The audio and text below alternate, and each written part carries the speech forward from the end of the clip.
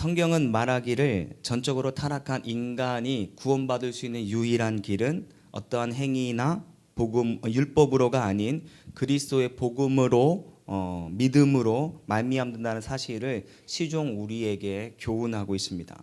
사실 굉장히 심플한 전제임에도 불구하고 이것을 실제 깨닫는 이는 많지 않다라는 사실을 우리는 압니다. 로마서 1장 17절에 이와 같은 말씀이 있습니다. 복음에는 하나님의 의가 나타나서 믿음으로 믿음에 이르게 하나니 기록된 바 오직 의인은 믿음으로 말미암아 살리라 함과 같으니라. 바울의 이와 같은 고백이 있음에도 불구하고 여전히 초대교회 혹은 중세교회가 믿음이 아닌 다른 것들을 강조해 왔다는 겁니다. 안타깝지만 헌금을 강조했고 행위를 강조했습니다. 면죄부를 팔아 순전한 성도들을 현혹해 했다라는 것입니다. 또한 오직 의인은 믿음으로 말미암아 산다라는 바울의 선포가 있은 뒤 약 1500년이 흐른 뒤 다시 말해 루터의 시대에도 여전히 믿음이 아닌 행위가 강조되고 있었던 시대였습니다. 나아가 그에게 이 루터의 입술을 통해 오직 의인은 믿음으로 말미암아 삼습니다.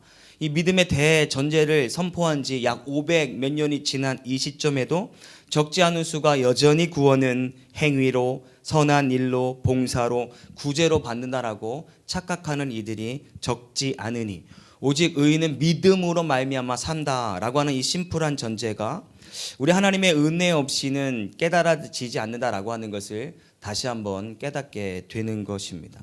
사랑하는 성도 여러분, 오직 의인은 믿음으로 말미암아 구원받게 되는 줄 믿습니다. 아멘. 우리의 구원은 오직 믿음에 달려 있다라는 사실을 더불어 기억하면서 살아가는 복된 성도가 되기를 주님의 이름으로 축원합니다. 우리는 지난 2주간에 걸쳐서 위대한 믿음이라고 하는 제목으로 계속하여 말씀을 나누는데 기억하시겠죠? 첫 번째는 아벨의 제사를 통해 믿음이 무엇인가를 우리가 깨닫게 됩니다. 하나님이 아벨의 제사를 받으시는 것은 그의 값비싼 제사의 어떤 도구가 아니고 그의 예배의 남다른 어떠한 면도 아니었습니다. 아벨이 믿음으로 하나님 앞에 예배했기 때문에 그의 제사를 받으셨다. 지난주 에녹의 경우를 살펴볼 때는 믿음으로 에녹은 죽음을 보지 않고 옮겨졌으니 라고 하는 말씀을 통하여 에녹의 삶 전체가 하나님과 동행하는 것, 그 동행의 모티브가 하나님을 믿는 믿음이었다라고 하는 것을 강조한 바 있습니다. 중간에 한 명이 더 있는데 바로 노아라고 하는 인물인데 오늘 살피지는 않겠지만 노아 역시 성경은 믿음으로 사는 삶이라고 말한 바 있습니다. 그리고 오늘 함께 살펴볼 말씀이 히브리서 11장 8절에 나타나는 위대한 믿음의 주인공인데요. 한번 읽어보기를 원합니다. 읽겠습니다. 시작.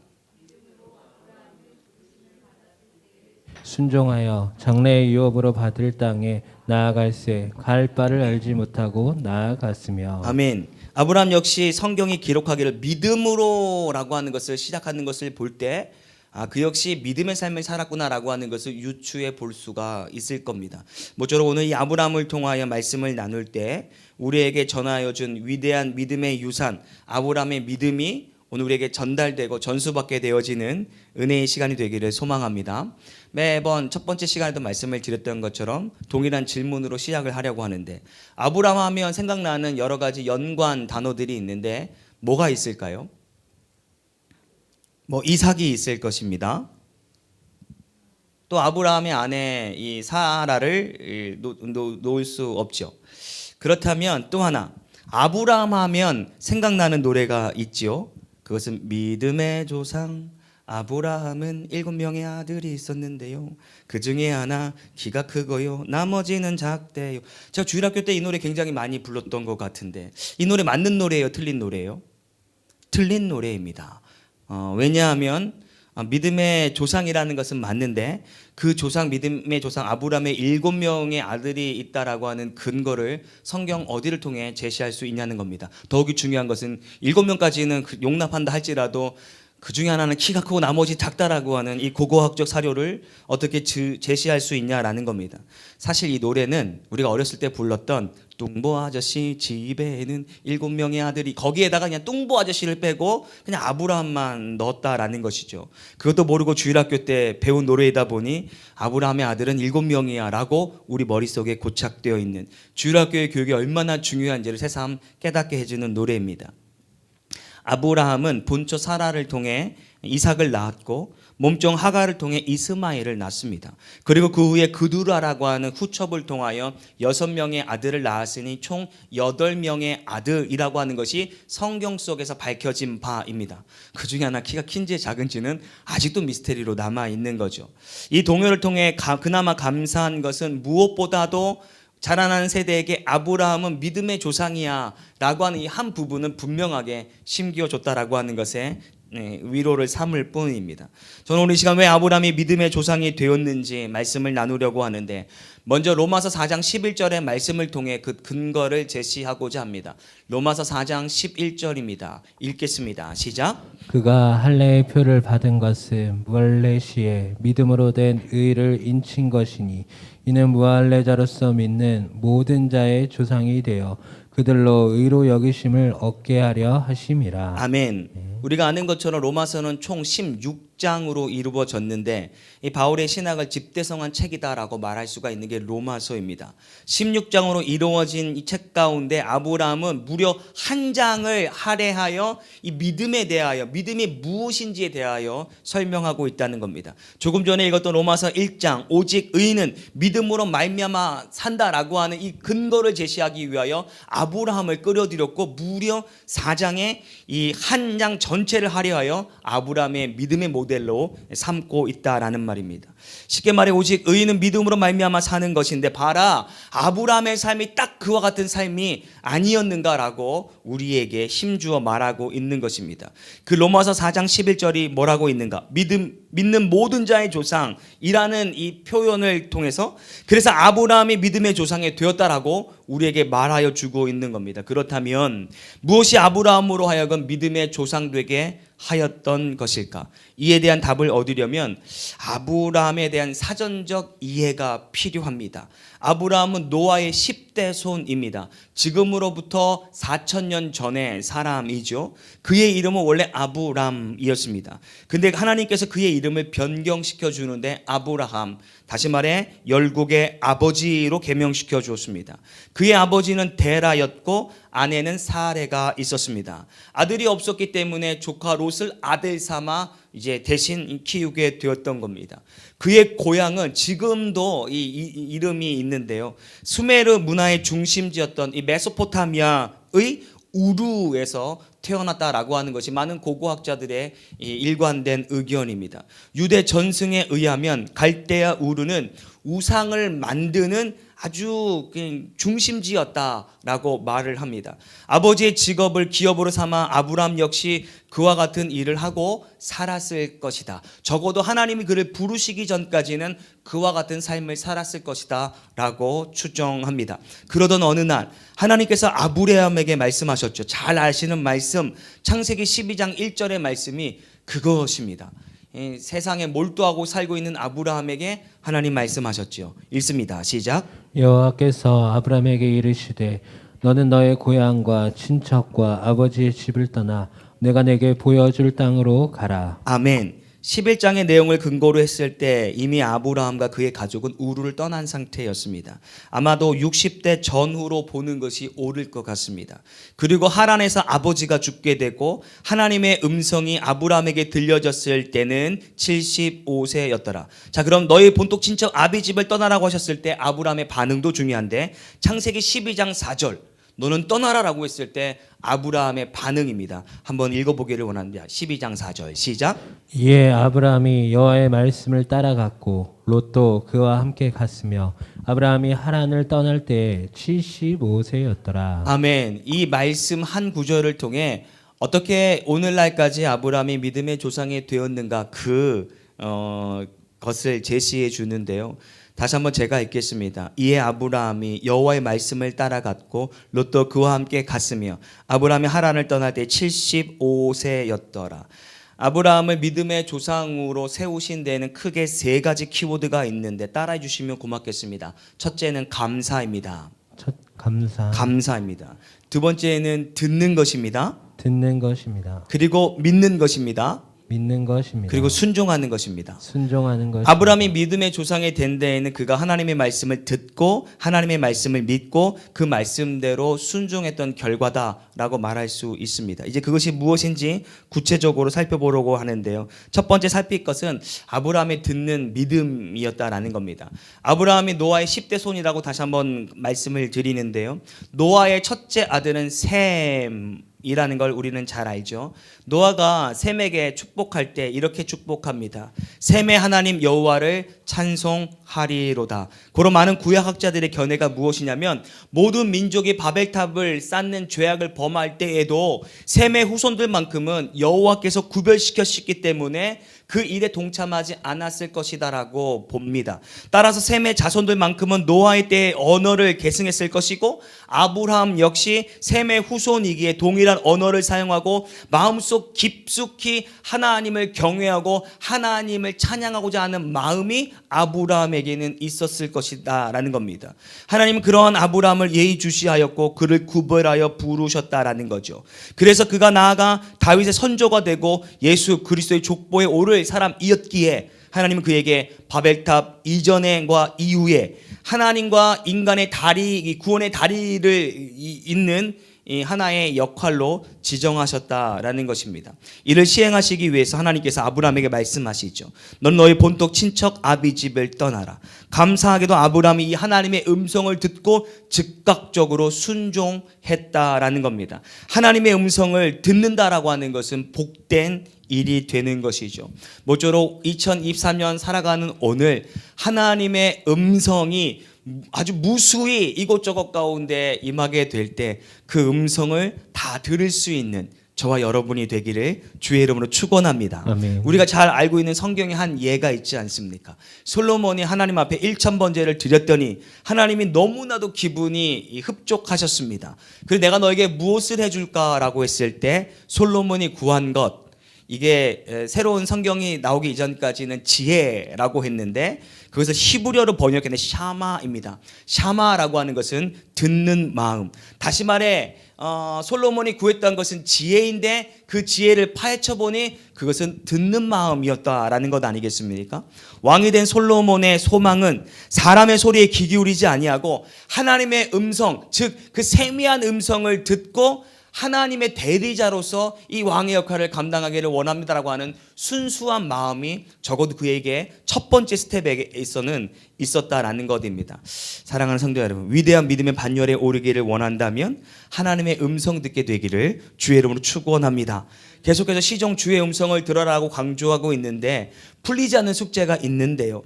과연 오늘날 하나님의 음성을 어떻게 들을 수 있는가? 아마도 여기서 한번 이 주제를 가지고 토론하면 여러 가지 설들이 나올 것 같은데요. 나 역시 믿음의 반열에 서고 싶고 하나님의 음성을 들을 수 있는데 과연 어떻게 들을 수 있는가? 여러분 궁금하지 않습니까?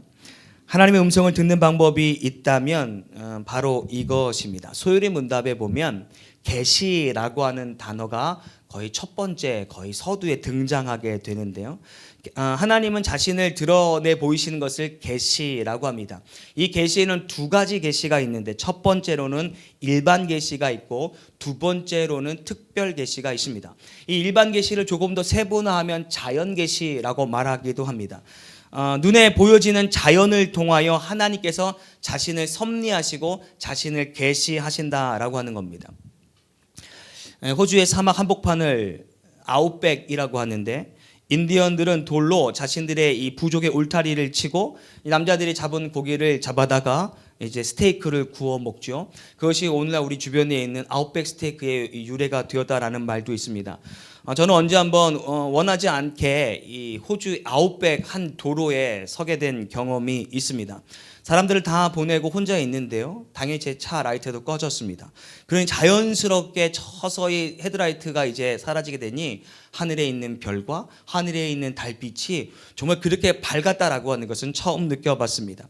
별이 머리 위에 있는 것입니다. 그렇게 반짝반짝 비추는 별은 처음 봤습니다. 게다가 막 손을 올리면 닿을 것과 같이 너무나도 크게 별이 제 눈 가운데 있었습니다. 동서남북 온통 별천지였습니다. 제가 그것을 보고 눈물을 흘렸다라는 것 아니겠습니까? 제가 좀처럼 눈물을 흘리지 않는데 왜 눈물을 흘렸냐? 첫 번째는 무지무지 무서웠습니다. 혼자 그 사막 가운데 있는 게 무서웠고, 하늘의 별들을 보니 지극히 작은 나를 보면서 난 아무런 존재가 아니구나, 나아가 하나님에 대한 경외감에 눈물을 흘리지 않을 수 없었다라는 겁니다. 그 자리에서 기도하지 않을 수 없다라는 것이죠. 창세기 15장 5절, 그를 이끌고 아브라함을 이끌고 밖으로 나아가 이르시되 하늘을 우러러 무뼈를 셀 수 있나 보라. 또 그에게 이르시되 내 자손이 이와 같이 되리라라고 하시는 그 말씀, 얼마나 그에게 큰 위로가 되고 큰 도전이 되었겠냐라는 겁니다. 하나님이 만약에 한국 땅에서 아브라함에게 이 하늘의 별을 보라라면 별로 감흥이 없었을 겁니다. 왜냐하면 별들이 보이지 않았기 때문인데요. 적어도 그의 살고 있었던 시대에 빛이라고는, 저녁의 빛이라고는 별빛과 달빛만큼 있었던 그 시대에 하나님께서 아브라함에게 걱정하지 마, 내가 너를 이와 같이 빛나게 해줄 거야 라고 하는 말씀에 이 아브라함이 그 말씀을 듣고 순종했다라고 하는 것입니다. 하나님이 자연을 통하여서도 우리에게 말씀하신다라고 하는 것입니다. 나아가 특별 계시라고 하는 것이 있는데요, 그것이 바로 무엇이냐면 하나님 말씀을 통해서 우리들에게 저마다 필요한 말씀을 하신다라는 겁니다. 그것이 바로 성경입니다. 하나님은 성경을 통하여 당신을 드러내시고 오늘날 성경을 통해 우리에게 말씀하는 거죠.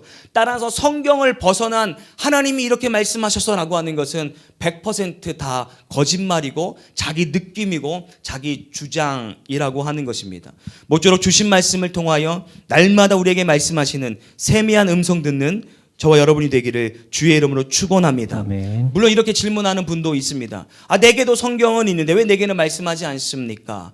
좋은 질문인데요, 우리에게 특별 계시, 성경을 통해 말씀하시지만 왜 말씀하지 않는가? 요한복음 10장 27절의 말씀이 적어도 작은 답변이 될 것 같습니다. 읽겠습니다. 시작. 내 양은 내 음성을 들으며 나는 그들을 알며 그들은 나를 따르느니라. 아멘. 양이 목자의 음성을 듣기와 양이 이제 목자와 가깝게 가는 것 아니겠습니까? 다시 말해 하나님의 음성을 듣기를 원한다면 하나님께 속한 자가 되어야 되는 겁니다. 하나님의 말씀이 선포되어지는 예배 가운데 있어야 하고, 각 사람에게 전하여 주는 큐티의 말씀을 통하여 묵상할 때 하나님이 저와 여러분에게 아브라함에게 말씀하셨던 것처럼 동일하게 역사되는 줄 믿습니다. 하나님의 음성을 듣기를 원한다면 예수 그리스도의 양이 되는 겁니다. 날마다 말씀 안에 거하며 그 말씀이 나를 어디로 이끄는지, 그 말씀이 내게 무엇을 말씀하시는지 알아야 할 때 아브라함에 하셨던 그 세미한 음성, 오늘 우리가 듣게 되는 것이죠. 제가 준비한 게 있는데, 오늘날 이 명절 선물의 대표적인 거 뭐죠? 스팸입니다. 이번 구정에도 적어도 한 가정에 한 세트씩은 받지 않을까 기대하는데요, 스팸이 원래는 세계 1차, 2차 세계대전 때 군대로 납품했던 전투 식량이었습니다. 군인들에게 매우 큰 인기가 있었답니다. 근데 과유불급이라는 말이 있는데 너무 많아서 이 보급품에 남아도는 이 스팸이 그 정도로 많았다라고 합니다. 전쟁이 끝나고 아이젠하워가 스팸을 제공해준 이 호멜에게 감사의 편지를 보냈는데요, 내용은 크게 두 가지입니다. 귀하가 보내준 스팸은 우리 군에게 큰 힘이 되었습니다. 그러나 너무 많이 보내 우리에게 고역이 되기도 했습니다. 이 스팸은 미국 내에서 과도한 혹은 불필요한 것의 대명사가 되었고, 오늘날 스팸의 유래가 스팸 메일의 유래가 여기서 비롯됐다라고 합니다.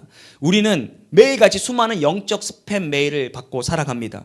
그중 숨어있는 하나님의 이 진정한 메시지를 온전히 구별할 줄 알아야 되지 않겠습니까? 주의 말씀을 실수로 휴지통에 넣는 일이 없어야 하기 때문입니다. 수많은 메시지들이 이곳저곳 가운데서 전달해질 텐데 그 중에서 저와 여러분들에게 하시는 그 세미한 음성 듣게 되기를 주님의 이름으로 축원합니다. 너무 많아서 먹기가 힘들다면 교회로 가지고 온다면 아주 좋은 곳에 활용될 수 있습니다. 두 번째, 아브라함이 하나님의 말씀을 들을 때에 그저 들은 것이 아니고 믿음으로 들었다라고 하는 부분이 성경이 말해주는 겁니다. 히브리서 11장 8절의 말씀을 한번 읽겠습니다. 시작. 믿음으로 아브라함은 부르심을 받았을 때 순종하여 장래의 유업으로 받을 땅에 나아갈새 갈 바를 알지 못하고 나아갔으며. 오늘 본문이 말해주는 것은 히브리서 기자가 아브라함의 믿음에 대해 말해주는 것은 믿음으로라는 겁니다. 하나님의 말씀을 들을 때 믿음으로라는 것입니다. 하나님의 말씀을 들을 때 믿음으로라고 하는 것은 구체적으로 이런 것을 의미할 것 같습니다. 내게 좋은 말씀 이건 그렇지 않건 하나님의 말씀으로 온 것은 무조건 받아들인다라고 하는 것이죠. 아브라함에게 너는 너의 고향 친척을 떠나 내가 너에게 보여줄 땅으로 가라라고 했습니다. 내가 너를 큰 민족을 이루게 하고 창대케 되리라. 너는 복의 근원이 될 것이다. 너를 저주하는 자에게 내가 저주할 것이고 땅의 모든 족속이 너를 말미암아 복을 얻을 것이다라고 하는 아주 위대한 축복의 말씀을 해주셨습니다. 아니 이 말씀에 누구라도 다 아멘으로 화답하지 않겠습니까? 그런데 문제는 목적지를 가르쳐주지 않았다라는 하는 것입니다. 그런데도 아브라함은 그 말씀에도 아멘 했다라는 것입니다. 유업으로 받을 땅에 나아갈새 갈 바를 알지 못하고 나아갔으며 어디로 가는지도 몰랐다라는 겁니다. 언제 도착하려는지도 모른다라고 하는 겁니다. 고대 시대에 이 자신의 주거지를 이탈한다라고 하는 것은 매우 위험천만한 일입니다. 곧 죽음을 각오로 하는 일이죠. 다른 부족들에게 이 어떤 노출되는 겁니다. 다른 부족들이 가만히 두겠습니까? 우리는 그저 니네 땅을 지나갈 뿐이야 라고 하는 말을 하기도 전에 그저 창이 날라오고 그냥 사람들이 공격해 올 것이 뻔합니다. 그런데 아브라함은 하나님 말씀한 그 즉시로 보따리를 쌉니다. 무엇으로? 믿음으로가 되어지는 줄 믿습니다. 무식하면 용감하다가 아닙니다. 믿으면 용감하다. 따라 믿으면 용감합니다. 아멘. 아멘. 그 용감함이 저와 여러분에 나타나게 되기를 소망합니다. 내게 말씀하신 이가 하나님이신데 무엇이 두렵겠냐라고 하는 것입니다. 그 말씀하신 이가 하나님임을 내가 믿는다면 나로 이곳으로 가라 한들 나고 저곳으로 가라 한들 심지어 내가 알지 못하는 곳으로 가라 한들 무엇이 두렵겠냐라고 하는 것이죠. 아브라함은 한치의 망설임도 없이 그 길을 떠났습니다. 게다가 가족과 함께. 로마서 4장 18절의 말씀을 보겠습니다. 로마서 4장 18절 시작. 아브라함이 바랄 수 없는 중에 바라고 믿었으니 이는 내 후손이 이같이라 하신 말씀대로 많은 민족의 조상이 되게 하려 하심이라. 아멘. 저는 이 로마서 말씀 중 이 말씀을 참 마음에 늘 도전이 되고 귀하게 여깁니다. 아브라함이 지닌 믿음, 그 믿음의 또 다른 이름이 무엇이냐면 바랄 수 없는 중에 믿는 믿음입니다. 좀 어렵지만 바랄 수 없는 중에 믿는 믿음. 시작. 바랄 수 없는 중에 믿는 믿음. 네, 굉장히 똑똑하십니다. 바랄 수 없는 중에 믿는 믿음. 그의 나이가 75세. 아내는 불임입니다. 그래도 대를 이어가겠다 하기에 조카 롯을 택했던 것입니다.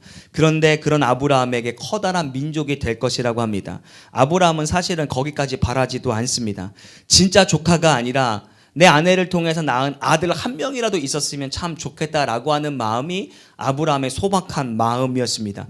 그런 아브라함에게 열국의 아버지가 될 것이다 라는 말을 들었을 때 믿음으로 듣되 그 믿음은 바랄 수 없는 중에 믿는 믿음이었다라고 말합니다. 성경은 against all hope라고 합니다. 무슨 이 말을 의역하자면 내 상황과는 전혀 어울리지는 않지만 반대의 상황이지만 그의 믿음만큼은 열국의 아버지가 되려고 하는 그 믿음으로 받아들였다.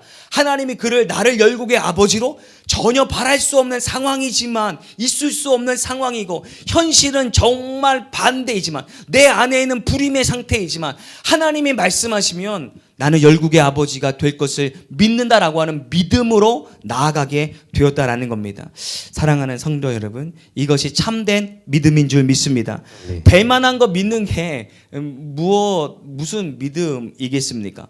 베세다 광야에 모인 5천 명의 사람들이 있는데 한 제자가 200데나리온으로 조금은 먹을 수 있을 것 같은데 라고 하는 의미로 나아간 것, 이게 무슨 믿음입니까? 이건 산수이고 상식입니다.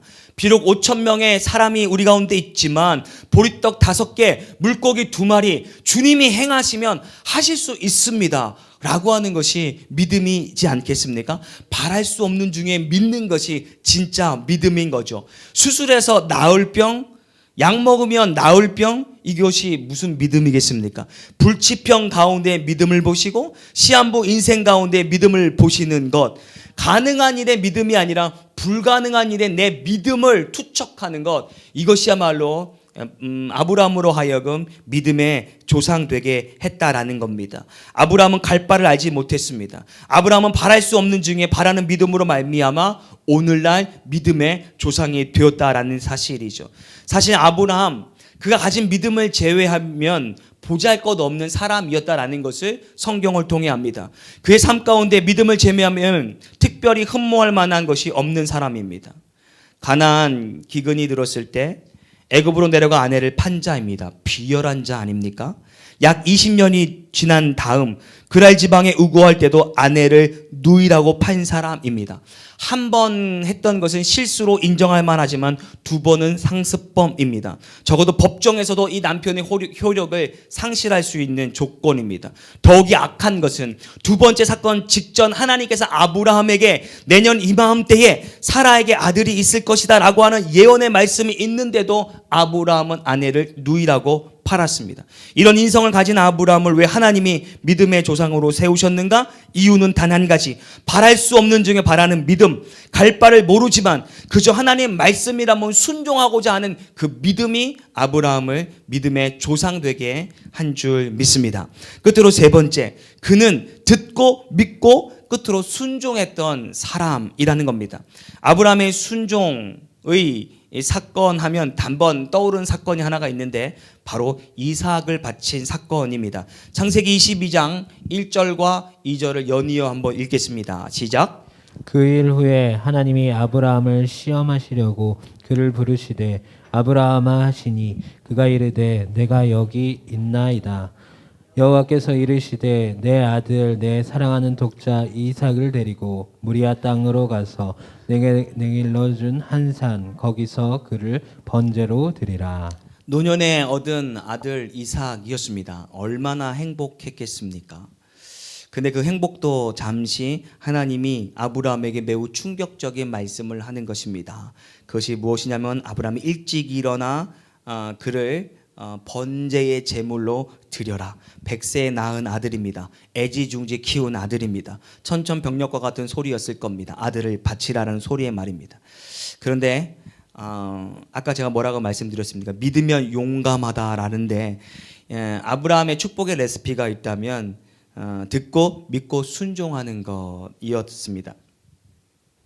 그가 본토를 떠날 때도 듣고 믿고 순종하여 옮겼던 것처럼 하나님께서 아들을 바치라 할 때도 듣고 믿고 그 즉시로 순종해 옮겼다라는 겁니다. 그가 무엇을 믿었기에 아들까지도 아낌없이 바칠 수 있었을까? 하나님을 향한 어떠한 믿음이 있었기에 그 애지중지했던 아들을 산채로 번제로 드리려고 결단했던 것일까? 오늘 본문에 나옵니다. 히브리서 11장 17절입니다. 읽겠습니다. 시작.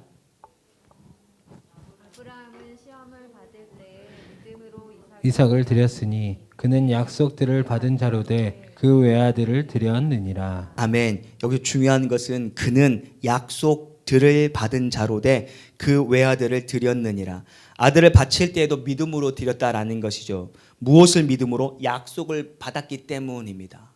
하나님이 그에게 너는 열국의 아버지가 될 거야. 그런데 지금 하나님이 이제 너 그 하나 가지고 그렇게 애지중지할 필요 없어. 내가 너를 열국의 아버지가 되게 할 것이야. 라고 하는 믿음이 첫 번째로 있었다라는 겁니다. 그 민족의 시작이 누구입니까? 18절에 제가 읽겠습니다. 그에게 이미 말씀하시기를 내 자손이라 칭할 자는 이삭으로 말미암느니라 하셨느니라. 아브라함이 순간 고민하지 않았던 것은 이삭을 드려라. 그런데 이가 하나님 앞에 약속을 받은 이가 누굽니까? 그 시작이 누구랍니까? 이삭이라고 하는 것입니다. 그렇기 때문에 하나도 주저함 없이 그 약속의 말씀은 시작인데 이삭을 바치라고 했으니 거기에는 분명 무언가 하나님의 메시지가 있을 것이다. 19절의 말씀을 다시 한번 읽겠습니다. 19절입니다. 읽겠습니다. 시작. 그가 하나님이 능히 이삭을 살릴 줄을 생각하신지라. 비유컨대 그를 죽은 자 가운데서 도로 받은 것이니라. 아멘. 이 믿음이 있었기 때문에 아브라함이 이삭을 과감하게 내리 찍고자 하는 그 결단이 있었다라는 겁니다. 따라서 아브라함의 순종의 모티브는 그 약속의 말씀을 듣고 믿었기에 그것이 이제 행위로 나타났던 것입니다. 그렇기 때문에 믿으면 용감해진다라는 것이죠. 하나님이 반드시 살릴 것이다 라고 하는 그런 믿음. 오늘 저와 여러분들에게 2024년도 어떤 말씀을 하실지 모르겠습니다. 그러나 그 말씀이 내 가정에게 나에게 참으로 뼈를 깎는 아픔의 말씀이다 할지라도 그 말씀을 믿음으로 받고 순종하여 아브라함과 같이 믿음의 조상이 되고 축복의 조상이 되기를 주의 이름으로 축원합니다. 이제 말씀을 정리하겠습니다. 하나님은 아브라함의 믿음으로 믿음의 조상으로 삼아 주었습니다. 그런데 이 막무가내 믿음이 아니라 하나님의 약속하신 말씀을 듣고 믿었기 때문에 순종했기 때문에 세우신 믿음 아니겠습니까? 하나님은 오늘도 어제도 내일도 우리에게 말씀하십니다. 자연 계시를 통해 말씀하시기도 하고 특별 계시를 통해 말씀하시기도 합니다. 우리 모두 그분의 선한 양이 되어요. 그분이 우리에게 무슨 말씀을 하는지 그분 가까이에서 듣게 되는 믿음의 신자 되기를 소망합니다. 그래서 듣고 믿고 순종하는 이 축복의 레시피대로 행함으로 말미암아 여러분의 가정이 구원받고 여러분의 주변의 사람들이 여러분을 통하여 구원받게 되는 역사가 나타나게 되기를 주의 이름으로 축원합니다.